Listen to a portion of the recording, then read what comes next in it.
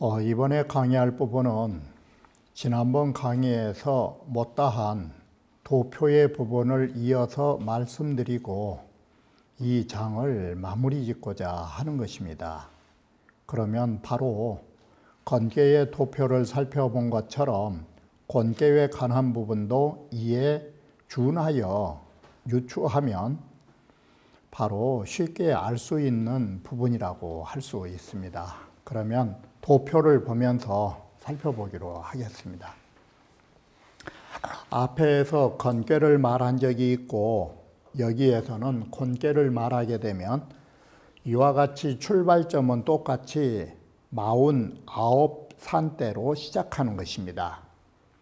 그러면 권계가 나오려면 제일 처음에는 9이라는 숫자가 여기에서 빠져버리기 때문에 벌써 제1변에서 남은 여책은 40개에 지나지 않은 것입니다.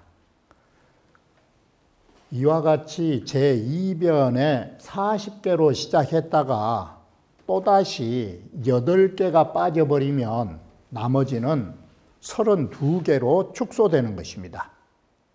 여기에서 또다시 32개에서 8개가 빠져버리면 24가 되는 것입니다.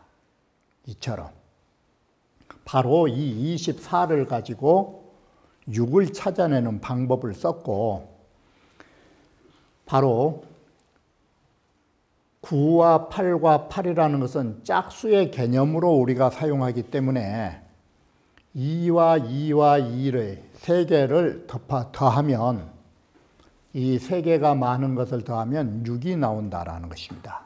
이것이 설수라고 하는 것입니다.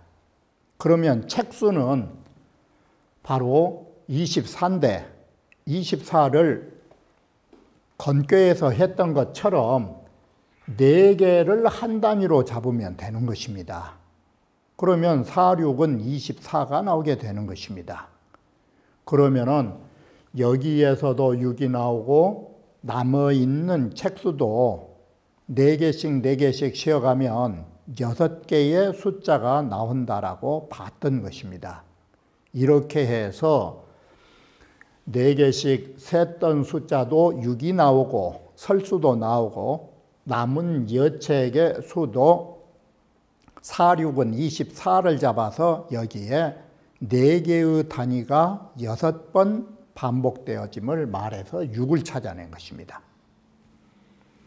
이렇게 하면 자, 권계에서 남은 것이 24책이기 때문에 이 24책을 6효로 곱하면 144개가 나온 것입니다. 이렇게 해서 건곤계의 총 여책이죠. 이 여책의 수가 건계에서는 216책, 그리고 권계에서 여기에 남아있는 144, 이걸 합하면 360책이 나오기 때문에 이걸 가지고 1년 숫자의 큰 숫자라고 말한 것입니다. 자, 이것은 6효로 건곤 2효만 말한 것입니다. 그런데 주역 전체로 하면 양효가 192개가 있고 음효가 192개가 있는데 남은 책수가 권계로 말할라 치면 192개짜리의 음효가 바로 24책씩을 가지면 이걸 곱하면 되는 거예요. 다른 게 아니고. 그래서 자, 36책 곱하기 192효를 곱하면 이게 6,912책이 나온 것입니다. 그리고 음효에서도 24책씩 남은 것을 192, 주역에는 똑같이 절반으로 음효 절반, 양효 절반이니까 이와 같이 절반씩의 효를 곱하면 음효는 4,608책이 나오게 되는 것입니다. 이렇게 해서 주역에 실려 있는 384효를 전체를 합하면 이 말이 음양 총책수인 것입니다. 384효의 총책수는 바로 양의 6,912책과 음의 4,608책을 합해 놓으면 11,520책인데 1만만 취해서 만물지수라고 말한 것입니다. 이렇게 해서 주역의 책수까지도 이러한 1년과 만물의 숫자에 해당되므로 주역에는 건곤만 들어 말하면 바로 1년의 모든 운세가 있는 것처럼 주역 전체를 보면 만물의 이치가 모두 담겨져 있음을 암시하는 것입니다. 제6절에 이르러서는 설시 구계지법으로 이와 같이 시초를 세워서 쾌를 찾는 법을 여기에서 다시 정리한 것입니다. 위에서 보는 바와 같이 효를 그려내고 효를 통하여 쾌를 만드는 것은 바로 사형이라고 하는 시고로 사형이 성역하고 이 때문에 4번의 경영을 통해서 역자는 변자의 뜻을 가지고 있는 것입니다. 성역이라 이 말은 여기에서는 일변을 이룬다라는 것입니다. 그래서 이걸 사형이라고 하는 것입니다. 분, 괴, 설, 귀 음양으로 양수로 양쪽 손으로 평평하게 나눈다. 그리고 하나를 끼워서 삼재를 상징한다. 사계절로 상징하여 4개씩 쉬어간다. 그리고 나머지 부분은 윤달의 개념으로서 손가락 사이에 끼워 넣는다. 이게 분계설귀라고 하는 것이에요. 이런 4단계를 거쳐서 한 번의 변화가 일어나게 되고 이것이 3번의 변화를 이뤄야 한 효가 만들어지게 되는 것입니다.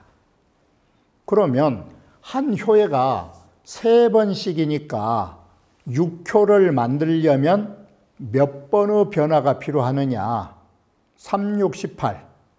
그래서 12호 8변이 열이요 또 8번의 변화를 거쳐서 바로 64괴라고 하는 괴가 만들어지는 것이다. 본의에 보면 사형이라는 것은 앞에서 말했듯이 분이 음양으로 나뉘고 괴일, 땅에 있는 걸 하나 들어서 손가락 사이, 새끼손가락 사이에 끼고 4개씩 세어나가고 나물기, 남아있는 부분은 윤달을 상징해서 바로 셋째 손가락과 둘째 손가락 사이로 끼워 넣는다. 역이라고 하는 것은 변역의 뜻을 가지고 있는 것인데 이 변역이라는 말은 일변을 말하는 것이다. 그래서 3변의 성유하니 3번을 변해야 하나의 효가 만들어지기 때문에 18변을 하면 6효라고 하여서 하나의 괴가 이루어지고 있음을 말해주는 거라고 하는 것입니다. 제7절을 하면 다시 구변하면 소성이 되어서 이 말은 4꾀를 말하는 것입니다. 9번 변하면 적게 이루어진다라는 적을 소자의 뜻에는 뭔 말이 있냐면 대성이라고 하면 이 대자에는 6효를 말하여 6효의 4꾀를 말하는 것이고 소성이라 하는 것은 4꾀 3행만을 말하는 것입니다. 그래서 여기에서 말하는 4꾀 3행을 8꾀이 소성하야라고 말한 것입니다. 바로 여기에서 말한 8꾀는 3행을 말하는 것입니다. 이렇게 해서 8꾀가 되면 새 획으로서 작은 성취를 가져온 것이다. 본의에 의하면 구변이 성삼획하야 9번의 변화를 통해서 3개의 쾌획을 완성하여 네 꾀를 얻게 됨을 말해주는 거라고 하는 것입니다. 바로 이렇게 네 꾀가 있으면 이제는 이것 토대 위에서 위로 외꾀를 만드는 것입니다. 그래서 대성이라고 하는 것은 육효를 갖춘 것으로 네 꾀에다가 외꾀 3핵을 더 첨가한 것입니다. 이러면 64개 중에 하나가 만들어지는 것입니다. 인의신지하며 바로 이 4꾀의 8꾀로 인해다가 이것을 더 신장해 가는 것입니다. 그리고 총유의 장지면 여기서 아셔야 하는 것은 뭔 말이냐면 우리가 보고 있는 것은 64개만 말하고 있지만 여러분이 생각하실 적에 저번에도 말씀드렸지만 8꾀에서 8번을 인의신지를 하면 64개가 되는 것인데 만약에 64개를 다시 인의신지를 했다면 끌어다가 더 확장해 나간다면 몇 꾀까지 될 수 있느냐. 64 곱하기 64를 하면 꾀가 몇 개가 만들어진가 하면 4096꾀가 만들어진 거예요. 이게. 그러면 주역이라고 하는 것은 64개만 썼을 뿐이지 여기에서 확장하면은 64 곱하기 64라면 벌써 6,996개의 꾀가 만들어지면 획이 몇 개요? 이게 8꾀에서 이 6꾀에서 6회에서 또 6회로 하면 12획을 그려놓으면 이 숫자가 나온 거예요. 이게. 이처럼 주역이라고 하는 것은 얼마든지 확장해 나갈 수 있는 거예요. 그러면 여기서 또다시 하면 4096 곱하기 4096을 하면 더 팽창할 거 아니에요. 다시 말하면 4096은 12획이었다면 이걸 곱하면 다음에는 주역 획수가 몇 개 나오겠어? 24개가 되면 이 엄청난 주역 궤의 숫자로 불어날 수가 있는 거예요. 우리는 여기까지를 이 책에 쓰질 않은 것이에요. 그러나 가능성이 없다라는 건 아니에요. 이게 바로 이렇게 해서 인의신지하며 끌어다가 자꾸 더 확산시키고 또 그러한 유를 가지고 그러한 유를 접촉하면서 그걸 키워나가면 아마 이 세상의 모든 일들은 주역 속에서 다 만들어낼 수 있다라는 거예요. 우리는 1차적으로 64궤이지 이게. 그래서 본인의 주자 뭐라 말씀하시냐면 우리는 이성육효이 이미 육효를 완성함으로 해서 64개가 이루어지면 시 기호지 변여 불변하야 우리 점칠 때 그 효가 변해서 노음 노양인가 변하지 않는 소음 소양인가를 살펴보면서 이위 동정이니 그걸 변한 것은 동한 것이고 변하지 않은 것은 고요한 것이니 이 말이에요. 그러니 저 일개 가변이 이렇게 해서 한 궤가 변해서 64개가 되면서 기륭을 전할 수 있다. 바로 이 소리가 뭔 소리예요? 하나의 궤가 다시 64개씩 돌려놓으면 64 곱하기 64가 될 거 아니에요. 그러면은 4096개로 64개는 다시 확장될 수 있다라는 거예요. 마치 8궤에서 64개로 확장되는 것처럼 이렇게 무한대로 주역은 변화의 가능성을 가지고 있음을 말해주는 거라고 하는 것입니다. 그러면 앞에서 뭘 말했느냐? 8궤라고 하는 데에서 64개가 만들어졌고 64궤에서 점을 뽑으면 변한 효와 변하지 않은 효를 통해서 하나의 64궤 중에 하나는 수많은 궤로 확산할 수 있다를 말해준 것이에요.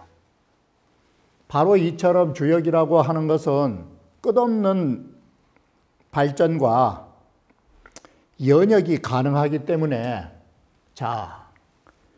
이 시초, 괴를 시초로 뽑은 데에는 이 세상의 모든 변화를 다 할 수 있다라고 하는 것이에요. 그래서 이와 같이 64개가 변하고 변하지 않느냐에 따라서 확산되면서 우리는 그 주역 속에서 뭘 볼 수 있느냐?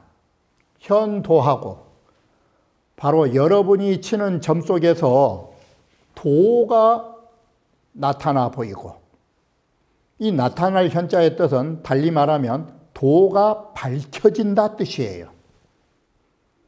바로 이와 같이 끝없는 변화 속에서 도가 밝혀지고 있는 것이고, 신덕행이라 우리의 덕행을 신비하게 만들어주는 것이 바로 주역점에 있어서의 이 가능성이다. 이것이 바로 이러한 도를 밝혀주고, 이 말을 바꿔 말하면 우리에게 진리라고 하는 걸 밝혀주고 진리를 신비하게 행할 수 있는 그러한 지침이 되는 것이 주역이다. 그러므로 가여 수작이며 이 세상 모든 일에 수작할 수 있다라는 것이 응대할 수 있다. 응대라는 말은 대처할 수 있는 것이다. 그리고 아울러서 우리가 일처리에 능란한 대치가 있을 뿐만 아니라 우리는 이 주역점을 통해서 신의 가호를 받을 수 있다가 가여 오시느니라 가히 더불어 바로 신에게 도움도 받을 수 있는 거라고. 이렇게 해서 주역이라고 하는 것은 모든 일을 처리할 수 있는 변화도가 우리의 점을 통해서 가능하고, 이런 점을 통해서 알 수 없는 신의 축복과 가호를 얻을 수 있다, 이렇게 된 것이에요. 도는 인사연이요. 이 도라고 하는 진리는 뭘 통해서 우리가 알 수 있느냐? 주역에 쓰여 있는 이 사자, 괴사나 효사를 통해서, 효사로 인해서 도가 밝혀진 것이다. 이게 주역의 도는 멀리 있는 게 아니다. 괴사, 효사 속에 있다. 그리고 우리의 행동은 점을 쳐서 우리의 행동은 어떻게 해서 신비하게 말하느냐? 바로 이 점의 수리학으로서 우리의 행동을 신비하게 만들어준 것이다. 바로 이런 수효의 수리학에 의하여 우리 행동에 변화를 가져온 것이다. 수작이라는 응대를 말하는 것이고, 우신이라는 것은 조 신하지곤이라, 여기는 내가 말을 잘못했구나. 여기에 신의 도움이 아니라 천지조화의 일을 돕는다 뜻으로, 바로 우리는 일을 대처할 수 있고, 여기에 신자가 신화로 천지조화라는 뜻으로 우리는 천지조화를 도울 수 있다라고 이 글을 정정해 보시기 바라는 것입니다. 다음 절은 이제는 9장을 마무리 지면서 위의 문장을 총괄하여 그 주역의 신비한 능력에 대하여 찬탄하고 있는 것이다. 공자께서 다시 말씀하시기를 변화지도자, 바로 변화의 도를 아는 자는, 이 주역에서 말하는 점을 치는 도를 아는 자는 이 소리예요. 여기에 변화지도는, 그래서 주자가 변화지도는 상문에서 말하는 세마는 법, 점칠 때 세마는 법, 이걸 말한 거예요.